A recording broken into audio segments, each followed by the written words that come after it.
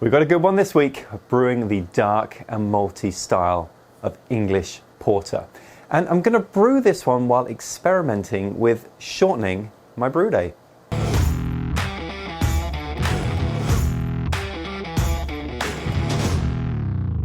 Hey, I got a confession. Been losing all momentum. Hello, I'm Martin Keane, taking the Homebrew Challenge to brew 99 beers in 99 weeks. And because I am brewing every week, I am obsessed with optimizing my brew process. Anything to make the brew day shorter, well, that's going to save me a lot of time over 99 brews. So I've been doing a number of things to shorten the brew day, and let me show you an example of one of them.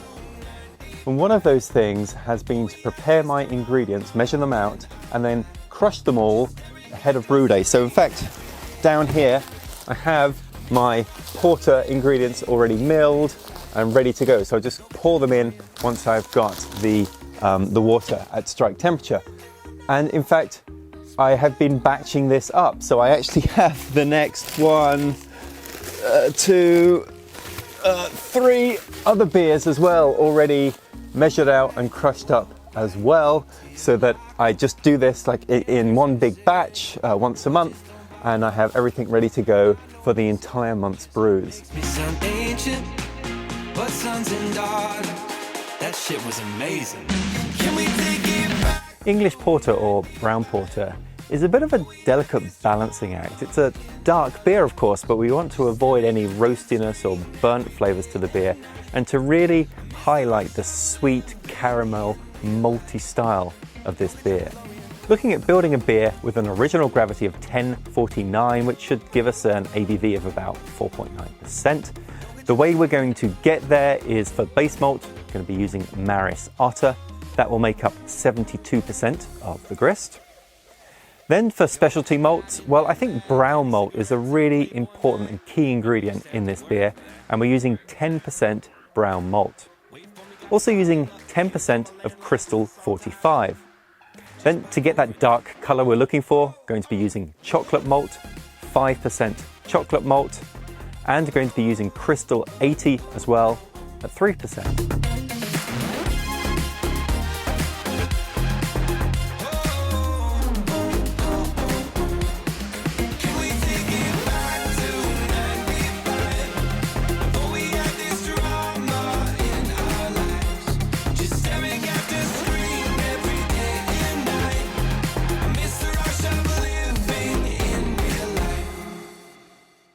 So, shortening the brew day. There's really 2 areas where the majority of the time is spent, the mash and the boil. So let's talk about the mash first, because that's what I'm doing now. Now, everybody knows that traditionally a mash is 60 minutes, or maybe even 90 minutes. But yeah, 60-minute mashes. Now, I have long since abandoned that. In fact, when I start mashing now, I typically don't even set a timer. I just let it go, and when I'm ready, I will check the pre-boil gravity of this beer, and if it reaches what Beersmith is telling me I need it to be, then I just cut the mash off and move on to the next stage. Now, I know that over at Brewlosophy, for example, their short and shoddy recipes, they'll often mash for like 20 minutes, and there's a bit of a loss of efficiency there that you just make up for by adding a little bit more grain. I've seen other people say, oh, let's just cut it to 30 minutes, but I think just saying 30 minutes, well, we're just trading in one round number, 60 minutes, for another 30 minutes. Is it really done then? Well, I know that with my system, I typically am done after about 30 or 40 minutes, and I'm just not going to get any more efficiency by mashing any longer. So I'm kind of tempted to go with 30 minutes, but then I looked online and I saw a number of people talking about the impact of a shortened mash time has on attenuation. What that's referring to is the difference between the original gravity at the start of fermentation and the final gravity at the end. And what people were finding was that with short 30-minute mashes, they would often not attenuate all the way down to final gravity. The final gravity number would end up being a little bit higher than expected. Now, I have no idea why that is and what sort of chemical reaction is causing that, but what I did take from the forums that I read were people were saying at a 30-minute mash, there was kind of like a 50-50 chance as to whether you would have these attenuation issues or not. Whereas with a 40-minute mash, it seems to not be an issue whatsoever. So I'm going to go with a 40-minute mash, which I think is long enough to get the full efficiency out of my system while hopefully avoiding any attenuation issues.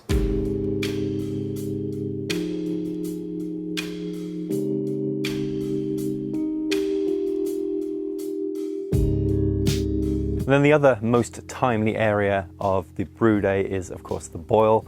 And yeah, traditionally a boil is also 60 minutes. And this is a timing that I have been following pretty much religiously. I always boil my beers for 60 minutes. Why 60 minutes? Well, you'll often hear that boiling for 60 minutes will remove any perceptible DMS. So it's important that you boil that long. I've seen a lot of studies that really say at the homebrew level that isn't the case. You can boil for much shorter and not have any perceivable DMS. The other area that it affects, of course, is hop utilization. The longer these hops are in the boil, the more utilization you will get, and therefore the more bitterness and IBUs you will get out of a beer. So if we're going to shorten the boil, we need to address how many hops we add in at what time during the boil. So if I go from a 60-minute boil to a 30-minute boil, then I need to address how many bittering hops I add in.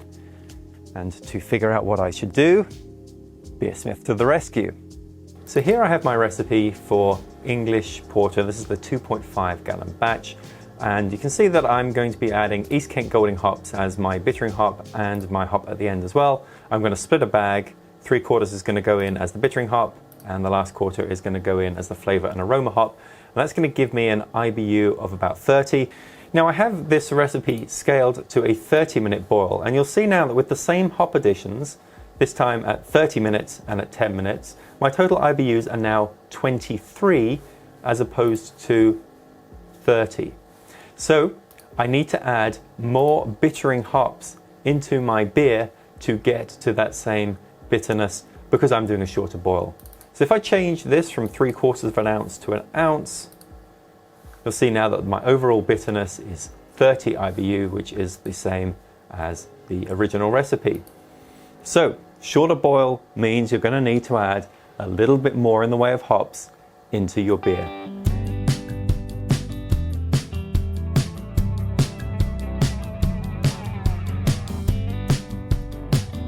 Now I did cut the mash at exactly 40 minutes, then took a pre-boil gravity reading. That gave me a reading of 1022, which when adjusted for temperature is 1038, which is exactly the pre-boil gravity that Beersmith was telling me I should expect to get. So far so good.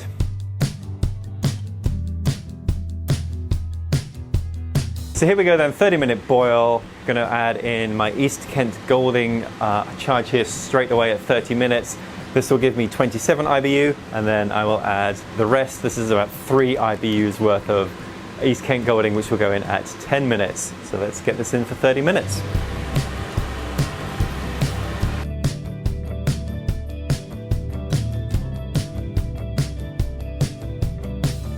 The other impact a shorter boil means is that there's going to be less evaporation, so you're going to need less water. Now with a typical 60-minute boil, Beersmith is telling me I would need 4.1 gallons of water at the start, but with a 30-minute boil I only need to start with 3.8 gallons. So there is going to be less wort in here, and it's going to be boiling for less time. I'm hoping an additional benefit, apart from the time saved here, is that I'll also now have less dripping from this crappy ventilation hood.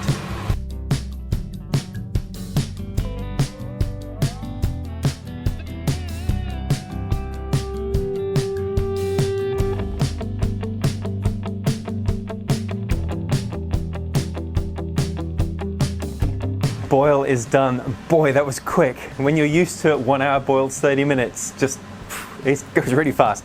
Okay, yeast is Wyeast 1028.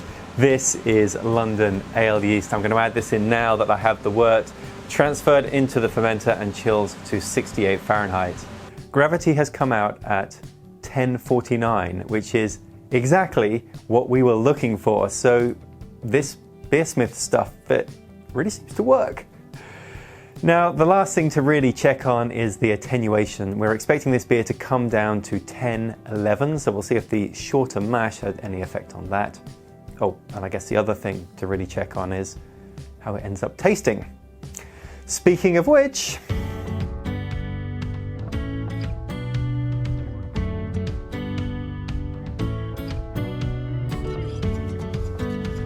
right, English Porter, Lauren here to try it. Welcome. Hello.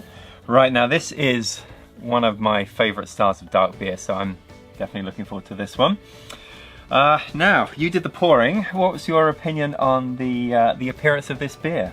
It is very, very dark.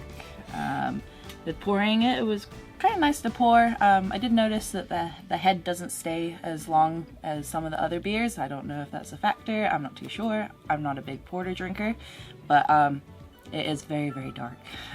Yes, it is. Okay, so let's see if we get any sort of aroma off of this porter. Ah, yes. It smells like a porter should, I think. Getting anything? Me personally, I think it smells like very light as a porter. Yep, yep. And actually, I think it'll be interesting to see what you think about the taste, because an English porter is not the same as an American porter or just sort of a regular porter you get at a craft brewery. So, okay. So light is kind of the key word for this. So let's see what you get on the taste. Alrighty, let's go. So what I can taste is, I can definitely taste that it's a porter, but as you said about like the American difference to an English one, it is more subtle than an American one. It still has like that punch of a porter, but it isn't as like strong and I guess pungent as American one. You know what I'm saying? Yeah, absolutely. So just like real life, you've got the English understated and the American, woo, look at us kind of thing. I think with porters that definitely goes with it as well. So even a little touch of sweetness, I think. I was gonna say it has a hint of like a chocolatey like taste to it. It's like it does. Well, we're going to be taking a break from English beers and moving on to Scottish beers starting next week. So Lauren, I think we're going to have you back for Scottish Light, and we'll see what you think of that one. But for now, great. Cheers. Cheers.